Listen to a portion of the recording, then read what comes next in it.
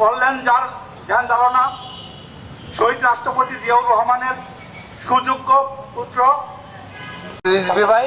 উপস্থিত আছেন জিয়া রহমান ফাউন্ডেশনের ডাইরেক্টর বৃন্দ, উপদেষ্টা বৃন্দ, বিভিন্ন পর্যায়ের নেতৃবৃন্দ। আপনার এখানে উপস্থিত আছেন জিয়া রহমান সম্মানিত পরিচালক এবং বিএনপির গবেষণা বিষয়ক সচিব অ্যাডভোকেট রুহুল কবির ভাই, যিনি সবসময় জিয়া রহমান ফাউন্ডেশনের প্রতিটি আত্মমানবতার সেবার কাজে উনি আমাদেরকে উৎসাহ জুগিয়েছেন।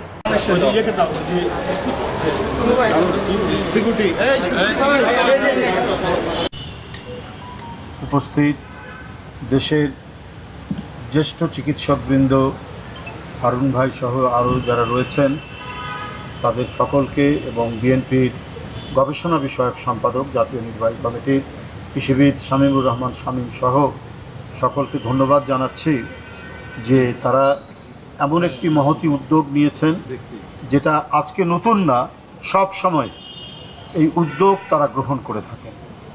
আমরা দেখেছি 2020 সালের সেই ভয়ঙ্কর মহামারী যেটা গোটা বিশ্বকে আক্রান্ত করেছিল, ওই সময় জীবনের ঝুঁকি নিয়ে বাসায় বাসায় গিয়ে যেভাবে স্প্রে করেছেন, যেভাবে করোনার সাথে লড়াই করেছে জিয়াউর রহমান ফাউন্ডেশন, বিশেষ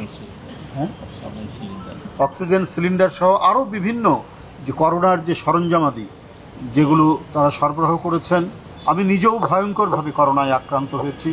আমিও এই জিয়াউর রহমান ফাউন্ডেশনের কাছ থেকে সিলিন্ডার পেয়ে অনেকটাই চিকিৎসা শেষের যে পরবর্তী যে ইয়েটা থাকে, শারীরিক যে ক্ষতিগুলো হয়, সেখান থেকে কিছুটা রক্ষার সুযোগ পেয়েছি। এছাড়াও এই মহানগরীর প্রত্যন্ত অঞ্চল এবং বাংলাদেশের বিভিন্ন এলাকায় তারা মানব সেবার এক মহতী চেতনা নিয়ে বা মানব সেবায় ব্রতী হয়ে তারা যে কাজটা করেছেন সেটা নিঃসন্দেহে প্রশংসার দাবিদার। শুধু তাই নয়, ডেঙ্গু প্রতি বছর আক্রান্ত করে বাংলাদেশে, বিশেষ করে ঢাকা মহানগরীতে, এবং সেটি অসংখ্য মানুষের জীবন কেড়ে নেয়। বহুদিন ধরে এই রোগটি আক্রান্ত করছে এদেশের মানুষকে। এবার যেটি দেখলাম, ঢাকা মহানগরের বাইরে মফস্বল জেলাগুলোতে, বিভাগগুলোতে সেখানে আক্রমণ চালাচ্ছে। এবারে বরগুনাতে ডেঙ্গুতে মৃত্যুর হার এত বেশি, গোটা বরিশাল বিভাগের মধ্যে তো হয়েছে এবং বরগুনাতে সর্বোচ্চ বেশি। তো এতে আমাদেরকে আতঙ্কিত করেছে, জনমনে ভয়ের সঞ্চার হয়েছে যে এটা কিভাবে মোকাবেলা করা যায়। বন্ধুরা আমার, এই সমস্ত কাজ অনেকটাই প্রাইভেট একটি অর্গানাইজেশন, সামাজিক সংগঠন হিসাবে, মানব সেবার সংগঠন হিসাবে জিয়াউর রহমান ফাউন্ডেশন তারা যেভাবে কাজ করে গেছেন, এটা নিঃসন্দেহে আমি বলবো যে এটা একটা প্রেরণামূলক। আমি 20 সাল, তার আগে ঝড়, জলোচ্ছ্বাস, প্রত্যেকটি প্রাকৃতিক দুর্যোগে জিয়াউর রহমান ফাউন্ডেশন সবার আগে ছুটে গেছে। বন্যা উপদ্রুত মানুষ, জলোচ্ছ্বাস উপদ্রুত মানুষ, নদী ভাঙা মানুষ, নদীতে ভেসে যাওয়া মানুষের পাশে জিয়াউর রহমান ফাউন্ডেশন কাজ করেছে। এমন এক সময় কাজ করেছে যখন কথা বলা ছিল অত্যন্ত ভয়ের ব্যাপার। যখন জিয়ার নামে কোনো সংগঠন নিয়ে প্রত্যন্ত অঞ্চলে যাওয়া মানে হচ্ছে নানাবিধ বিপদের মধ্যে পড়া।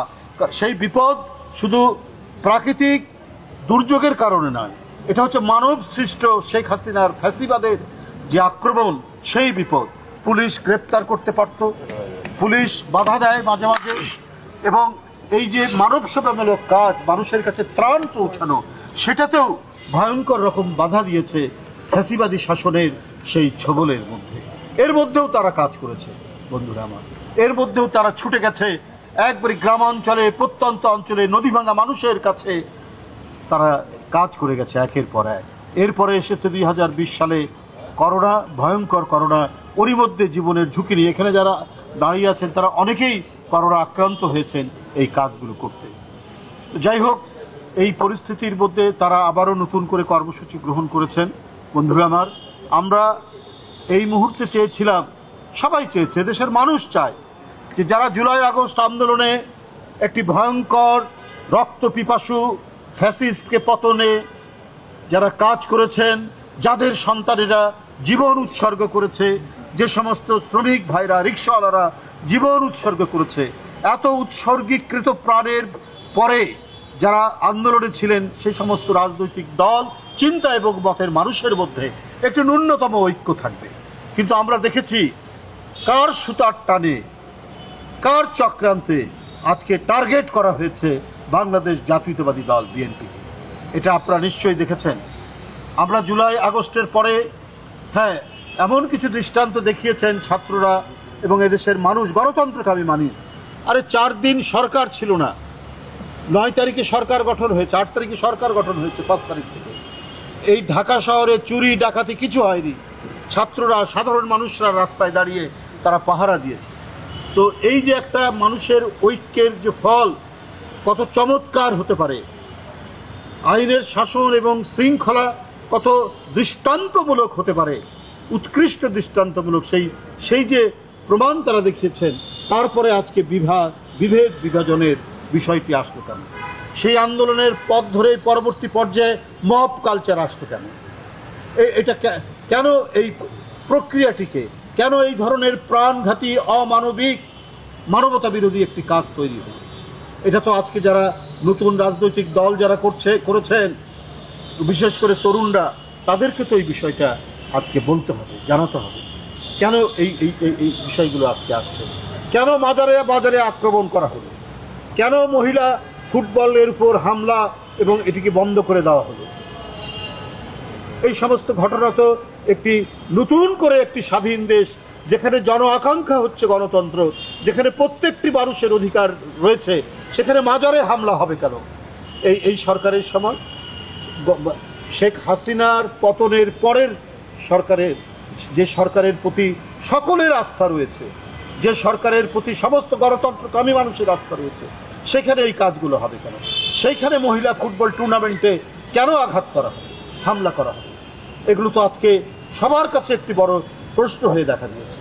বন্ধুরা আমার, আপনারা দেখেছেন যে মিটফোর্ডের সামনে একটি দুঃখজনক, হৃদয় বিদারক ঘটনা ঘটছে। যে কোনো দেশের ঘটনায় আমরা ইতিপূর্বে দেখেছি যে সরকারকে সবাই বলে, সব রাজনৈতিক দল সরকারকে কথা বলে। একই সময়ে খুলনাতে একজন ছেলে, বিএনপির একজন ছেলে মাহবুব, তাকে গুলি করে তার পায়ের রগ কেটে দেওয়া হলো। আপনার চাঁদপুরে একজন ইমামকে ছুরিকাঘাত করা হলো হত্যার উদ্দেশ্যে, হত্যা প্রচেষ্টা না। অথচ এই দুইটি ঘটনাকে আড়াল করে মিটফুটের যে ঘটনা, হৃদয় ভিতরের ঘটনা, এবং ঘটনার সাথে সাথে বিএনপির ভারপ্রাপ্ত চেয়ারম্যান জনাব তারেক রহমান এবং বিএনপির সকল নেতৃত্ব, মহাসচিব সহ প্রত্যেকে বিবৃতি দিয়েছেন, নিন্দা জানিয়েছেন, আসামিদেরকে ধরে দৃষ্টান্তমূলক শাস্তির কথা বলেছেন। যারা দলের যে অঙ্গ সংগঠনের সাথে জড়িত ছিল তাদেরকে আজীবন বহিষ্কার করা হয়েছে। কিন্তু আমরা দেখলাম 2-1টি রাজনৈতিক দল ওই চাঁদপুরের ঘটনা, খুলনার ঘটনাকে আড়াল করে তারা এটিকে বেশি করে প্রচার দেওয়া শুরু করলেন। সেটা আবার সরকারকে নয়, সমাজ এবং রাষ্ট্রে যা ঘটে এর দায় দায়িত্ব হচ্ছে সরকার, কারণ সরকারের হাতেই আইন শৃঙ্খলা বাহিনী, তার হাতে ইনস্ট্রুমেন্ট। তো সুতরাং সরকারকে না বলে বিএনপির ভারপ্রাপ্ত চেয়ারম্যানকে টার্গেট করে মিছিল করা হলো, অপপ্রচার করা হলো, কলঙ্ক তিলক দেওয়া হলো কেন? এই প্রশ্ন তো আজকে সবার কাছে। যদি বিএনপি চুপ করে থাকতো, যদি তারেক রহমান দেখেও না দেখার ভান করতেন, তাহলে প্রশ্ন উঠত। কিন্তু যার নির্দেশের সাথে সাথে আজীবন বহিষ্কার করা হলো এই হৃদয়বতী ঘটনার যে কয়জন জড়িত ছিল, এবং পুলিশকে বলা হলো যারা দায়ী তারা যে যেখানেই থাকুক ধরে নিয়ে এসে আপনার শাস্তির ব্যবস্থা করা হবে। আর শেখ হাসিনা তো প্রোটেকশন দিতেন, যে মাফিয়া, আওয়ামী লীগের এমপি, আপনার মাদক কারবারি, তাদের বিরুদ্ধে কিছু কথা বললে উনি প্রোটেকশন দিতেন পার্লামেন্টে। আর তারেক রহমান সাথে সাথে তাদেরকে ধরার জন্য দৃষ্টান্তমূলক শাস্তির কথা বললেন। কিন্তু একই সময়ে কেন খুলনার পায়ের রগ যারা কাটলো, গুলি করে হত্যা করলো বিএনপির এক যুবককে, মাহবুবকে, সেই বিষয়টা তো আপনারা মিছিলে বললেন না। আপনারা কক্সবাজারে গতকাল রামুতে রহিমকে হত্যা করা হলো, এবার জামাত সরাসরি তাদেরকে হত্যা করেছে। কই এখন তো কোনো মিছিল দেখছি না, এখন তো কোনো ফেসবুকে তারপরে নানাভাবে বিভিন্ন কন্টেন্ট তৈরি করে সেটা নিয়ে তো আপনারা অপপ্রচার দিচ্ছেন না। আপনারা কাদের স্বার্থে কাজ করছেন? আজকে বিশৃঙ্খলা তৈরি করে, বিভাজন তৈরি করে আপনার পতিত ফ্যাসিবাদকে নানা চোরাপথে তাদের উত্থান ঘটানোর চেষ্টা করছেন। আমরা অতীতেও আপনাদের এই ধরনের বহু ঘটনার কথা আমরা জানি, আমরা এই মুহূর্তে সেগুলো বলতে চাই না। আজকে অনৈক্য, আজকে বিভাজন রয়েছে বলেই কালকে দুঃখজনক ঘটনা ঘটলো এনসিপির প্রোগ্রামে। সেখানে ফ্যাসিবাদের যারা দোসর এই দেশীয়, তারা আক্রমণ করার সুযোগ পেল কি করে? সেখানকার স্থানীয় প্রশাসন জানতো না আগে থেকে? তাহলে সেখানে যে এনসিপির একটি জুলাই আগস্টের একটি অনুষ্ঠান হবে এই গণ অভ্যুত্থানের 1 বছর আগে, তারা জানতো না? তারপরে তারা সাহস পেল থেকে সেইখানে ঝাঁপিয়ে পড়ার, তারা আক্রমণ করার একটি দুঃখজনক রক্তাক্ত ঘটনা সেখানে ঘটলো। এই প্রশ্ন তো আজকে সবার কাছে, আমরা সরকারের কাছেও আমরা বলতে চাই, কারণ প্রশাসন তো সরকারের অধীনে, ওটা তো বিএনপির অধীনে নয়। তারা আজকে সেই ঘটনা ঘটলো কেন? আমরা সাথে সাথে এর নিন্দা জানিয়েছি, আমরা সাথে সাথে এর প্রতিবাদ করেছি যে এনসিপির প্রোগ্রামের উপর এটাকে হামলা করা হয়েছে কিনা, কেন। কিন্তু আমরা দেখেছি এর আগের ঘটনাগুলোতে কেমন যেন একটু অভিযোগ করে জনগণের কাছে হেয় করার, এবং টার্গেট করলেন তারেক রহমান সাহেবকে, তার বিরুদ্ধে অপপ্রচার। যে ব্যক্তিটি আজকে দুঃখ, যন্ত্রণা, শারীরিকভাবে টর্চার, আজকে 16-17 বছর যিনি লন্ডনে অবস্থান করছেন, এই শারীরিক অসুস্থতা নিয়ে গত আন্দোলনে সারা দেশের মানুষকে যিনি ঐক্যবদ্ধ করেছেন, এবং জুলাই আগস্টের বিপ্লবে গোটা বিএনপিকে যিনি সেখানে সেই জায়গায় সম্মিলিত করেছেন, তাদের পাশে দাঁড়ানোর কথা বলেছেন। এই পাশে দাঁড়াতে গিয়েই তো আমরা 19শে জুলাই গ্রেপ্তার হয়েছি, আমাদের অসংখ্য নেতা গ্রেপ্তার হয়েছে, আমরা জুলুমের মধ্যে পড়েছি। রিমান্ডের নামে প্রত্যেককেই শারীরিকভাবে সেখানে আঘাত করা হয়েছে, বন্ধুরা মারা গেছে, জেলখানার মধ্যে মারা গেছে পর্যন্ত। বন্ধুরা আমার, এই পরিস্থিতি সহ্য করার পরে আজকে ক্ষমতার প্রতি মোহ এত, যদি ক্ষমতার প্রতি মোহ এত থাকে, তাহলে যখন আমরা বলি যৌক্তিক সময়ের মধ্যে সংস্কার শেষ করে নির্বাচন দিন, কারণ সরকার আর রাষ্ট্র পরিচালনার দায়িত্ব তো হচ্ছে নির্বাচিত একটি সরকারের, নির্বাচিত রাজনৈতিক দল যারা সরকার গঠন করবে, যারা জনগণের বেশি সমর্থন পাবে। কিন্তু সেইটার কথা না বলে প্রকারান্তরে নির্বাচন পেছানোর কথা বলছেন আপনারা। এবং আমরা ফেসবুক, সামাজিক যোগাযোগ মাধ্যমে দেখছি যে এই বর্তমান সরকারকে 5 বছর রাখার জন্য তারা বলছে। তাহলে আমরা কি এখন ধরে নিব যে যা কিছু ঘটছে, যা কিছু ঘটনা হচ্ছে, এটা ঘটনা হচ্ছে সুদূর প্রসারী পরিকল্পনার অংশ হিসাবে? এই যে রক্তক্ষয়ী ঘটনা, যাতে নির্বাচন পেছানো যায়, কারণ আপনাদের মুখ থেকেই তো নির্বাচন পেছানোর কথা বলা হয়েছে, এবং সামাজিক যোগাযোগ মাধ্যমে আমরা বিভিন্নভাবে দেখেছি যে এই সরকারকে 5 বছর সময় দিতে হবে। তো এই সমস্ত করার জন্যই কি পরিকল্পিতভাবে এই রক্তক্ষয়ী ঘটনাগুলো ঘটনা হচ্ছে কিনা, এটা নিয়ে জনমনে বড় প্রশ্ন দেখা দিচ্ছে। যাই হোক, আমি রাজনৈতিক বক্তব্য আর দীর্ঘায়িত করতে চাই না। আজকে সকল জনগণের মধ্যে সংশয়, সন্দেহ জেগে উঠেছে যে যেখানে গণতান্ত্রিক শক্তি, যে যার রাজনৈতিক দল থাকতে পারে, মত থাকতে পারে, কথা বলবেন, সব ঠিক আছে, রাজনীতি করবেন, সামনে নির্বাচন আসলে নির্বাচন করবেন, কিন্তু তো মিনিমাম একটা আন্ডারস্ট্যান্ডিং থাকা উচিত ছিল। না হলে ফ্যাসিবাদের দোসররা তারা একবারে কোমরে গামছা দিয়ে নামার চেষ্টা করবে বিভিন্নভাবে, কারণ তাদের কাছে অবৈধ কালো টাকা আছে, তাদের কাছে অস্ত্র আছে, নানাভাবেই তারা আক্রান্ত করার, বিশৃঙ্খলা করার চেষ্টা করবে। এই উপলব্ধি যদি আন্দোলনকামী রাজনৈতিক দলগুলোর মধ্যে না থাকে, তাহলে বড় বিপদ সামনে আসবে, এটা মনে রাখবেন। আমি ধন্যবাদ জানাচ্ছি আজকের যে কর্মসূচি নিয়েছে জিয়াউর রহমান ফাউন্ডেশন, একটি বড় ধরনের মানব হিতৈষী কাজ তারা করেছেন জন্মলগ্ন থেকে, যার প্রধান ইয়েতে আছেন, প্রেরণার মূলে আছেন আমাদের ভারপ্রাপ্ত চেয়ারম্যান জনাব তারেক রহমান, যিনি এই সংগঠনের চেয়ারম্যান, এবং যার সুযোগ্য সহধর্মিণী অত্যন্ত গুণী একজন মহিলা এবং প্রখ্যাত চিকিৎসক ডাক্তার জুবাইদা রহমান, যিনি এটার ভাইস চেয়ারম্যান। তো তাদের নেতৃত্বে ডাক্তার ডোনারের মতো একজন জ্যেষ্ঠ চিকিৎসক, এবং এর সাথে যারা আরও এখানে উপস্থিত রয়েছেন, সবাই বাংলাদেশের এক জ্যেষ্ঠ চিকিৎসক, শুধু মানে ট্যাব বা বিএনপির নয়, তারা দেশের জ্যেষ্ঠ চিকিৎসক, সিনিয়র চিকিৎসক, শিক্ষক, প্রকৌশলীরাও আছেন, কৃষিবিদরা আছেন, সাংবাদিক আছেন, কলেজ বিশ্ববিদ্যালয়ের শিক্ষকরা রয়েছেন, তাদের নিয়ে আমি আজকে এই জন্য বলছি, এই যে লিফলেট যেটা করা হচ্ছে সচেতনতামূলক ডেঙ্গু এবং করোনা, এটা তো অনেকটা প্রেসক্রিপশনের মতো। আমাদের যারা এখানে যারা জ্যেষ্ঠ চিকিৎসক, বড় ডাক্তার যারা, তাদের সমন্বয়ে এই সচেতনতামূলক এই লিফলেটটি করা হয়েছে। মূলত এটি একটি সাধারণ মানুষের বোধগম্য একটি প্রেসক্রিপশন। তারা যদি একবার খালি চোখে এটা একবার পড়েন, তাহলে তারা নিজেদের প্রোটেকশন, ডেঙ্গু থেকে বাঁচার, করোনা থেকে বাঁচার তারা অনেক পয়েন্ট পাবেন। অত্যন্ত সাবলীল ভাষায়, সহজ ভাষায় তারা এটি লিখেছেন।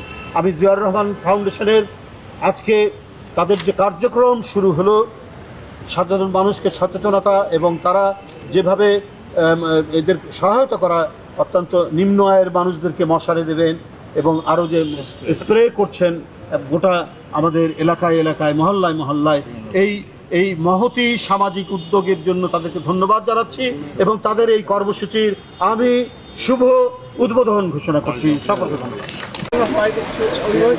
কিন্তু যে কোনো সময় বাড়তে পারে, এই জন্য আমরা আগে থেকেই সচেতন না হলে এটা একটু বড় করেন, এটা একটু বড়, এটা একটু বড় করেন,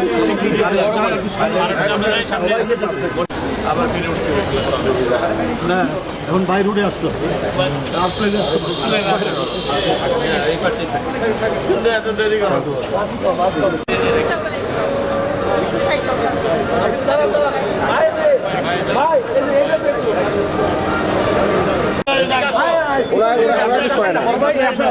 আপনার সরেন না, কি আপনার সরেন।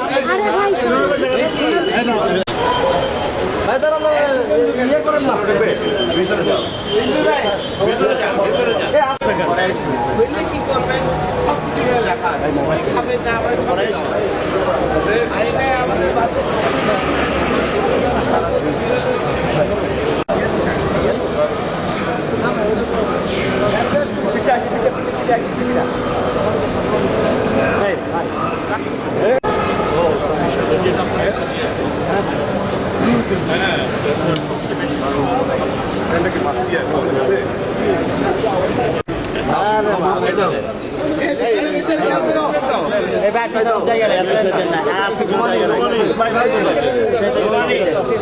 আমাদের সাধারণ ওকে ভাই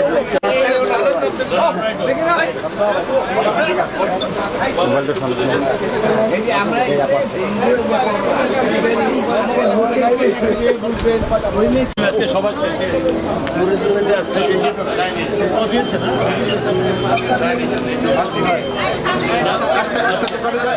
সবাই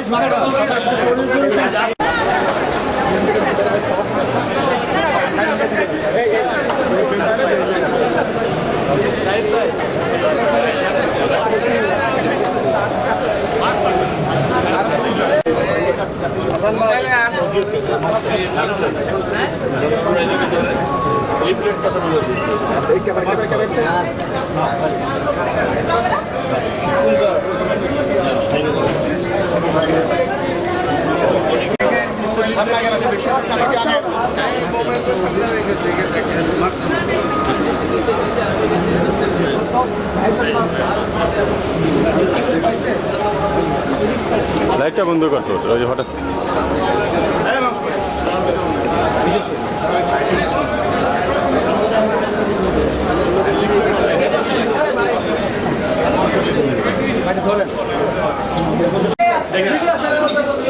এটা হলো জিয়াউর রহমান ফাউন্ডেশনে করছে